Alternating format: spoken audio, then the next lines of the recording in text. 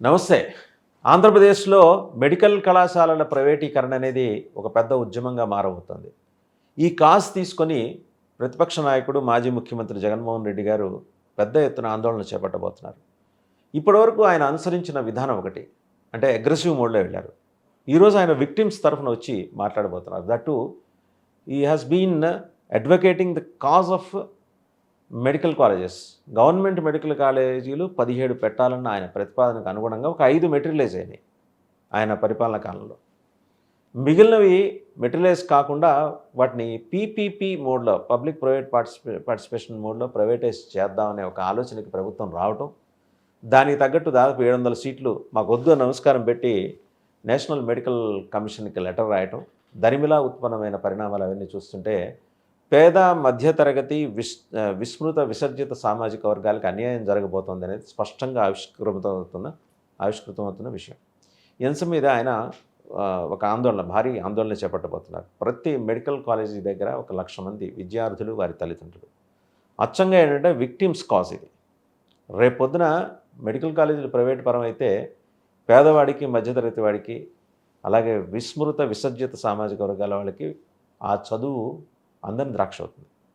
So దీంతోపాటు ఆంధ్రప్రదేశ్ రాష్ట్రంలో జరుగుతున్న రాజకీయ పరిణామాలు, వీటన్నింటి మీద సమగ్ర విశ్లేషణ చేయడానికి మనతో ఉన్నారు పొలిటికల్ అనలిస్ట్ తురగా శ్రీరామ్ గారు. నమస్తే శ్రీరామ్ గారు. నమస్కారం. సో ఈ 1.5 ఇయర్లో చూస్తున్నారు కదా, ఆయన టేకప్ చేసిన ఇష్యూస్ వేరు. పత్తి రైతుల కోసం, పొగాకు రైతుల కోసం, అట్లా మామిడి రైతుల కోసం నిలబడ్డారు, ఆందోళనలు చేశారు. సో అదొకటి. ఈరోజు ఆయన ఎప్పుడు ఆయనకు ఒక నమ్మకం ఉంది. అంటే ఇవాళ విద్యార్థి తరాన్ని కనుక జాగ్రత్తగా మౌల్డ్ చేయగలిగితే రేపొద్దున ఒక మంచి కాజ్ తోటి వాళ్ళు సమాజంలో పనిచేస్తారని చెప్పేసి.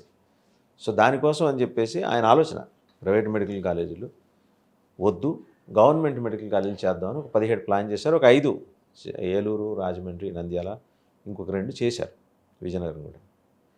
ఈరోజు గవర్నమెంట్ తీసుకున్న నిర్ణయంతో ఏంటంటే మిగిలిన చోట్ల మాకు సీట్లు వద్దనేసరికి తప్పనిసరి 700 సీట్లు వదులుకోవాల్సి వచ్చింది. నేషనల్ మెడికల్ కమిషన్కి గవర్నమెంట్ లెటర్ రాసింది.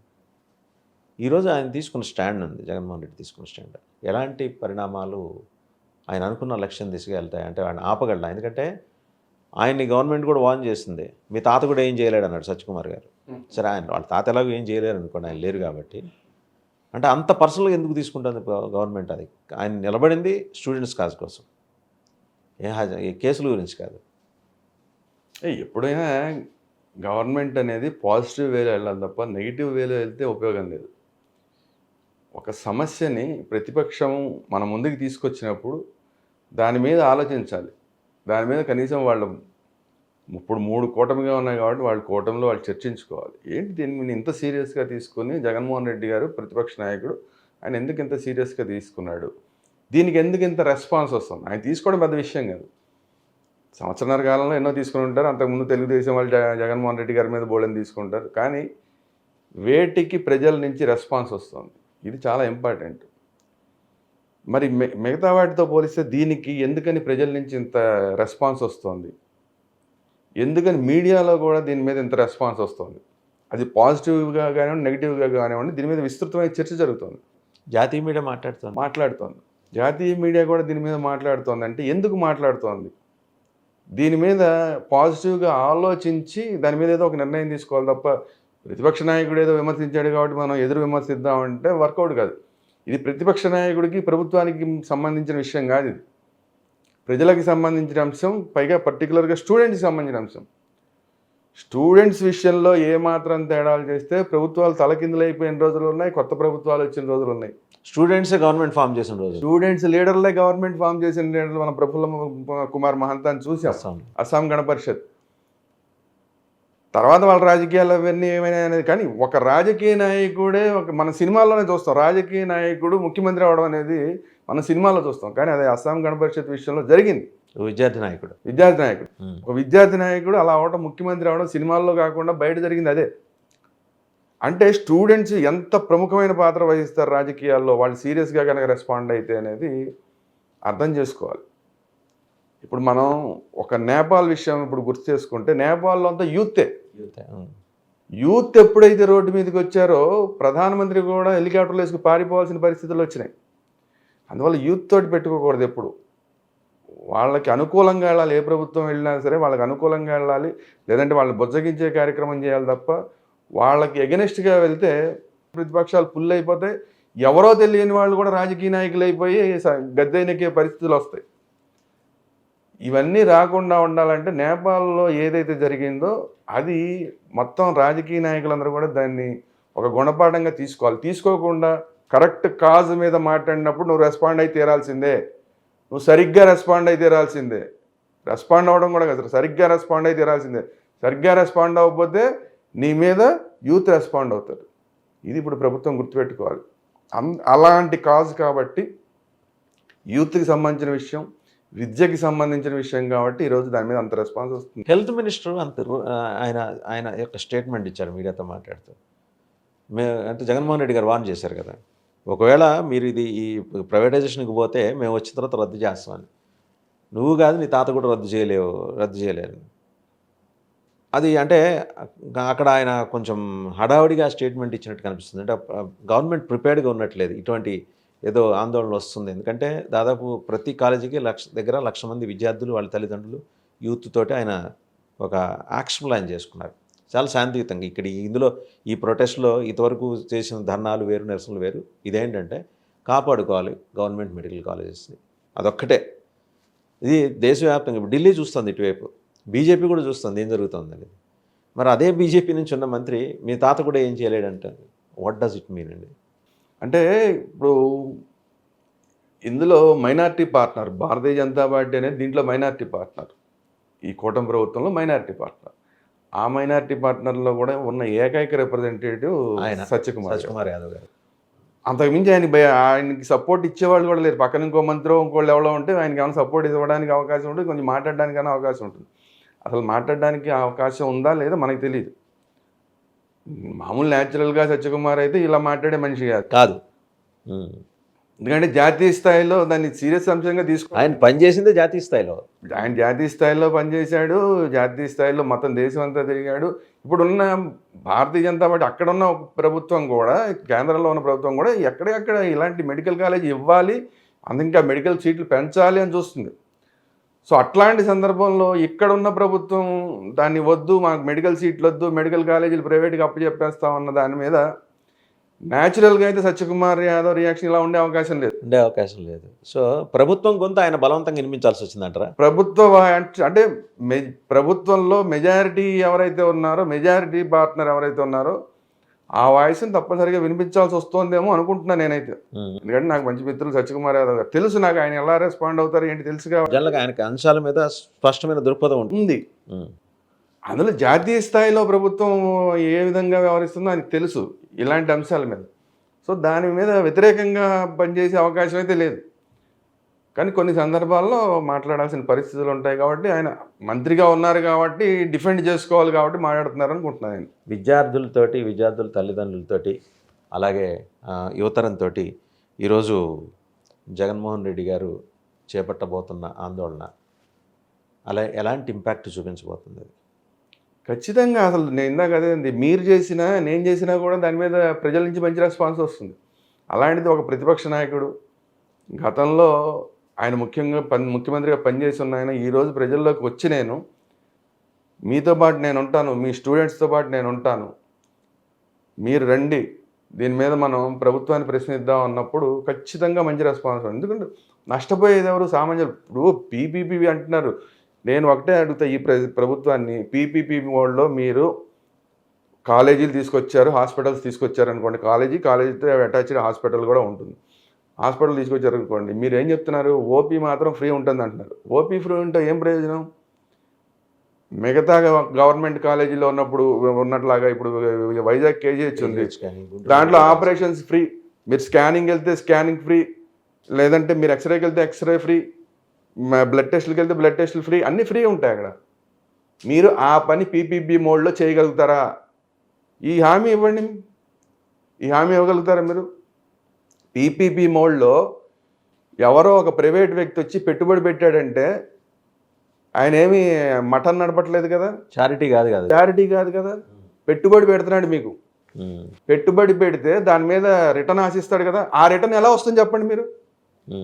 మీరు ఇవన్నీ చెప్పొద్దు, మేమంతా బ్రహ్మాండంగా చేస్తున్నాము, ఇవన్నీ ఏం ఇబ్బంది లేదు, ఎవరికి ఇబ్బంది లేదని చెప్పొద్దు. నేను అడిగే ఒకటి డైరెక్ట్ క్వశ్చన్, పెట్టుబడి పెట్టిన వాడికి మీరు రిటర్న్ ఎలా ఇస్తున్నారు?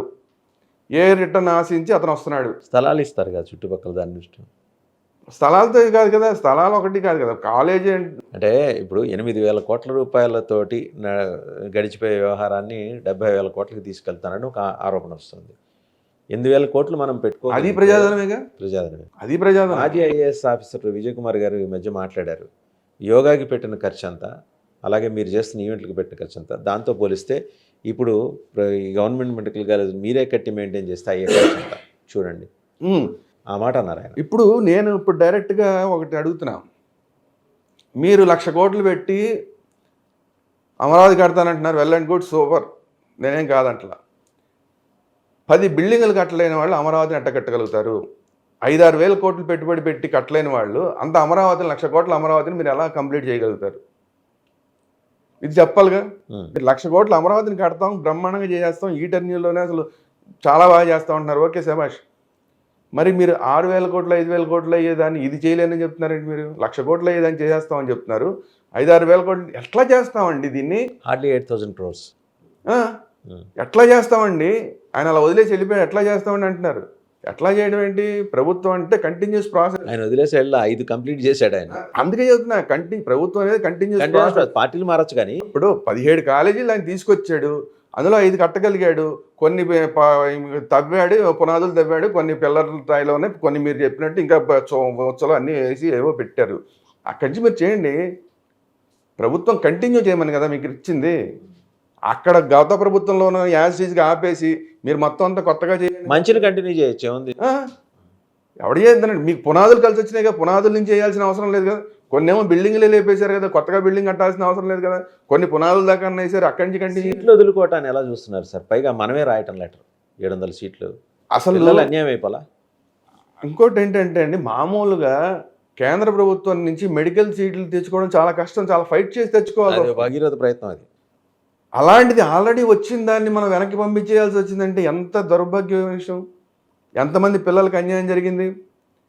మీకు ప్రభుత్వ మెడికల్ కాలేజీలో అవకాశం అంటే అది లడ్డూ దొరికినట్టే. బాబు నీకు లడ్డు కావాలంటే తీసుకున్నాడు సామాన్య ప్రజలకి, అంతే కదా. సామాన్య ప్రజలకి లడ్డు ఇచ్చినట్టు, తిరుపతి లడ్డు ఇచ్చినంత ఆనందపడిపోతాడు ఎవడైనా మెడికల్ కాలేజీ, ప్రభుత్వ మెడికల్ కాలేజీలో సీట్ వచ్చిందంటే. ఇప్పుడు వాళ్ళు ఎక్కడికి పరిగెట్టాలి? ఈ ఫీజులు భరించలేరు, మళ్ళీ తక్కువగా ఎక్కడ వస్తాయని ఏ రష్యానో ఇంకోటి వెళ్ళి ఇంట్లో వాళ్ళందరూ అప్పులు చేసి ఆ అప్పులు కట్టలేని పరిస్థితుల్లోకి తల్లిదండ్రులు వెళ్ళిపోయి మొత్తం వ్యవస్థ అంతా మారిపోవట్లేదా?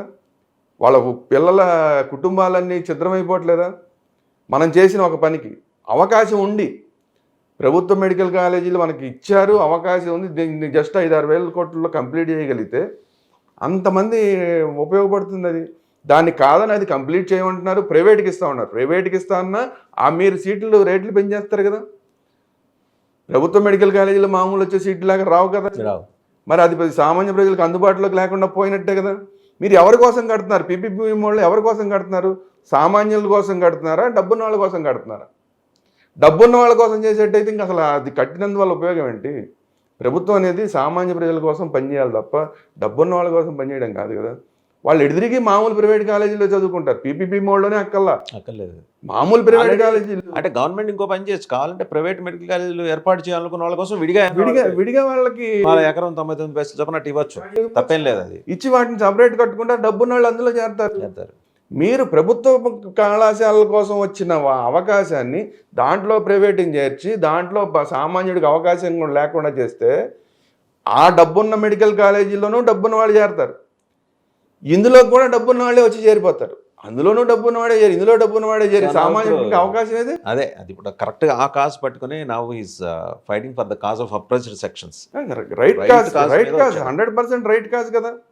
ప్రభుత్వం ఏం చెప్పింది అనేది కాదు ఇది ఇప్పుడు సమస్య. ప్రజల వైపు కోణంలోంచి ఏంటి, స్టూడెంట్స్ వైపు నుంచి కోణంలో ఇది ఏంటి? నువ్వు 5-6 వేల కోట్లు ఖర్చు పెట్టలేనాడు, 1,00,000 కోట్లు ఖర్చు పెట్టి నేను అమరావతి కడతానంటో, ఇంకో ఎన్నో వేల కోట్లు పెట్టి అక్కడ ఏంటి పోలవరం ప్రాజెక్ట్ కడతానంటో, అదే అదైతే మొత్తం డబ్బులన్నీ కేంద్ర ప్రభుత్వం ఇస్తున్నా కూడా అదే కేంద్ర ప్రభుత్వం పూర్తిగా డబ్బులు ఇస్తున్నా కూడా దానికి ముందు పెట్టుబడి పెట్టడానికి కూడా మన దగ్గర లేని పరిస్థితే. ఇట్లాంటప్పుడు 1,00,000 కోట్లు పెడతా అని చెప్పి 5-6 వేల కోట్లు నేను ఖర్చు పెట్టలేను అని చెప్పి ప్రభుత్వం చెప్పడం అనేది కరెక్ట్ కాదు, ఎట్టి పరిస్థితుల్లో కరెక్ట్ కాదు. దానికోసం అది కూడా మీరు వేరే వేరే ప్రాజెక్టులో ఏ రోడ్డు ప్రాజెక్టుకో ఇంకో ప్రాజెక్టుకో పీపీపీ మోడ్ చేయండి, ఏం కాదు, ఎవడు కాదండు. అది ప్రజలకి డైరెక్ట్గా ఎఫెక్ట్ అవ్వదు. ఇది పిల్లలకి డైరెక్ట్గా ఎఫెక్ట్ అయ్యేది. డైరెక్ట్గా ఎఫెక్ట్ అయ్యే దాంట్లో మీరు పీపీపీ మోడ్లోకి వెళ్తానన్నప్పుడు, అది ప్రజలకు అందుబాటు లేకుండా చేస్తానన్నప్పుడు ఆటోమేటిక్గా ఆగ్రహవేశాలు వస్తాయి పిల్లల్లో. ఇప్పుడు మెడికల్ కాలేజ్ డాక్టర్లు అవుదామని కళ్ళగన్న వాళ్ళందరికీ మీ మీద కోపం వస్తుంది. రైట్ కాజ్ని ఆయన ఎన్నుకున్నప్పుడు ఆయనకి పాజిటివ్ వస్తుంది. ఆయనకి రాకుండా చేసుకునేలాగా చూసుకోవాల్సిన బాధ్యత మీది. ప్రభుత్వంలో ఉండి మీరే అవకాశం ఇస్తున్నారు. పైగా అది ఆ ప్రైవేట్ గవర్నమెంట్ మెడికల్ కాలేజీల్లో తీసుకురావాలనేది ఆయన బ్రెయిన్ చైల్డ్ ప్రాజెక్ట్. అది ఖచ్చితంగా తీసుకురావాలి. ఇప్పుడు మీరు గమనించండి, 1923 నుంచి 99 వరకు అనుకుంటా మనకి 23 మెడికల్ కాలేజీలు ఉన్నాయి. 23 కాదు, 12 ఎన్నో ఉన్నాయి. ఆ తర్వాత కూడా మరి ఇంతకుముందు 4 సార్లు ఈయన ముఖ్యమంత్రిగా ఉన్నారు. ఈ did not bring in any government medical college. But ఈయన వచ్చిన తర్వాత ఈ హ్యాస్ ప్రపోజ్డ్ ఒక ప్రొయాక్టివ్ ప్రాసెస్ ప్రపోజ్ చేసి ఇనిషియేట్ చేశారు. ఒక 5 కట్టగలిగారు, పోస్ట్ కరోనా చేయగలిగారు. లేకపోతే కరోనా లేకపోతే కంప్లీట్ చేసి ఉండేవాళ్ళేమో. ఆ 5లో ఉన్న సీట్లని మిగిలిన చోట్ల ఉన్నాయి 704. ఒక్క పాడేరు మాత్రం మిగిలింది, ఎందుకంటే గవర్నమెంట్ ఆఫ్ ఇండియా అందులో ఇన్వాల్వ్ అయింది కాబట్టి 50 సీట్లు మిగిలినాయి మనకి. లేకపోతే అవి కూడా పోయేవి. గవర్నమెంట్ ఆఫ్ ఇండియా కూడా దాంట్లో ఇనిషియేటివ్ ఉంది, ఏజెన్సీ ఏరియాలో కాబట్టి. సరే, ఈ apart from all these things అండి, ఈరోజు మీరు గమనించి ఉంటారు, ఆయన జనసేన అధినేత, డిప్యూటీ చీఫ్ మినిస్టర్ రౌడీ షీట్ల మీద ట్యాక్స్ వేస్తామని వైజాగ్లో వారాహి సభ, Jagadamba junction, I still remember అన్నాడు. రౌడీ షీట్ల మీద అక్కడ వైజాగ్ అప్పటి ఎంపీ సత్యనారాయణ గారు చేస్తున్న ఈ అరాచకాల మీద మాట్లాడారు. ఆయన భావించిన అరాచకాల మీద మాట్లాడారు. రౌడీ షీటర్లు రాజకీయాల్లోకి రావడం ఏంటండి? మరి ఈరోజు రౌడీ షీటర్లు మీద ట్యాక్స్ ఏడాదిన్నర అయింది, ట్యాక్స్ ఇంతవరకు వేయలేదు. అంటే ఆయనకి ఏమన్నా ఇంకా ఫార్ములా ఉందా? ఇంకా ఈ స్టిల్ వర్కింగ్ ఆన్ దట్? అంటే ఇప్పుడు పవన్ కళ్యాణ్ గారి ఎజెండా అసలు పనిచేస్తుందా ఈ ప్రభుత్వంలోనే నా పెద్ద డౌట్. ఎందుకంటే ఆయన ఎన్నో కోట్లు ఇచ్చి, మనిషికి ఇన్ని కోట్లు ఇచ్చి అందరినీ నేను ఎంటర్ప్రీనర్లు చేస్తానని కూడా చెప్పాడు అన్నారు. ఏమైంది అసలు? ఆ ప్రాజెక్ట్ ఏమైపోయింది? ప్రతి ఒక్కరికి నేను 10 కోట్లు ఎంతో ఇచ్చి ప్రతి ఒక్కరిని ఎంటర్ప్రీనర్ చేస్తాను నేనని చెప్పి ఆయన ఏదో ఒక పెట్టుకున్నారు, ఇంత లంసమ్ అమౌంట్ విజన్ డాక్యుమెంట్ పెట్టుకున్నారు. అసలు ఏమైపోయింది అది? అట్లాగే ఈ రౌడీ షీటర్ల మీద ఇలా ఒకటి కాదు, ఆయన అనుకున్నవి చాలా ఉన్నాయి, ఆయన చెప్పినవి చాలా ఉన్నాయి, ఆయన వారాహి సభల్లో చెప్పినవి చాలా ఉన్నాయి. అందులో ఒక్కటంటే ఒకటి ఇంప్లిమెంట్ అవుతుందా? అసలు అన్నీ ఎందుకు? ఆ అమ్మాయి ఎవరు ఉంది పాపం, సుగాలి ప్రీతి. ఆ కేసుని ఆయన సరిగ్గా హ్యాండిల్ చేయించగలుగుతున్నాడా? ఈయన ముఖ్యమంత్రిగా ఉన్నారు, ఈయన గవర్నమెంట్ నడుస్తుంది. ఆవిడ తల్లి వచ్చి మొన్న పవన్ కళ్యాణ్ గారిని అన్ని విమర్శలు చేసి ఇంత రచ్చ అయిన తర్వాత అప్పుడు ఆల్రెడీ సిబిఐకి గత గవర్నమెంట్ ఇచ్చిన కేసు మళ్ళీ సిబిఐకి ఇచ్చామని చెప్తున్నారు. అంతకుముందు ఇచ్చిందండి, వాళ్ళు ఏదో మేము చూడలేమన్నారు. మళ్ళీ గవర్నమెంట్ మేము సిబిఐకి ఇచ్చామంటుంది, మళ్ళీ చూడలేమంటారు. మీరు దాన్ని కనీసం ఇంప్లిమెంట్ చేయగలుగుతారా? 1.5 సంవత్సరాల పాటు అసలు దాని గురించి అసలు ఎక్కడ ఏ చర్చ లేకుండా జరిగిపోయింది కదా. ఆవిడ వచ్చి మళ్ళీ గోల చేస్తే అప్పుడు దాన్ని మళ్ళీ సిబిఐకి ఇస్తున్నాం అనిపించగలిగారు. కానీ ఇప్పుడు దాకా సిబిఐ తీసుకుందా? అంటే పవన్ కళ్యాణ్ గారు ఆయన అన్నిటికన్నా ఫస్ట్ తీసుకుంటా అన్న కేసునే 1.5 సంవత్సరాల తర్వాత కూడా దాన్ని ఒక కొలికి తీసుకురాలేపారు. ఇక అలాంటివి ఇంకా రౌడీ షీటర్లు ఆయన అనుకున్న ఆయన బోల్డ్ అని చెప్పారు. అవన్నీ రౌడీ షీట్ల మీద ట్యాక్స్ వేస్తే ఒక రాష్ట్రానికి ఒక ఏడాది బడ్జెట్కి సరిపడా మనం వసూలు చేయొచ్చు అన్నారు ఆయన. ఏమైంది? 2 లక్షల కోట్లు ఏడాదికి మనకి అయ్యేది. ఇప్పుడు మళ్ళీ మీరు ఇందాక అడిగిన ఫస్ట్ క్వశ్చన్కి వస్తాను. నిజంగా కనుక వాళ్ళందరి మీద వేస్తే 2 లక్షల కోట్లు వస్తే ఈ కాలేజీలు ఎంతసేపటికి అవుతాయి? పీనట్స్, సంవత్సరాలు అయిపోతాయి. 6,000 కోట్లు ఏం మొలకి? 2 లక్షల కోట్లు వస్తుంటే 6,000 కోట్లు ఏం మొలకి? కాలేజీలన్నీ హుస్ట్ అయిపోతాయి కదా.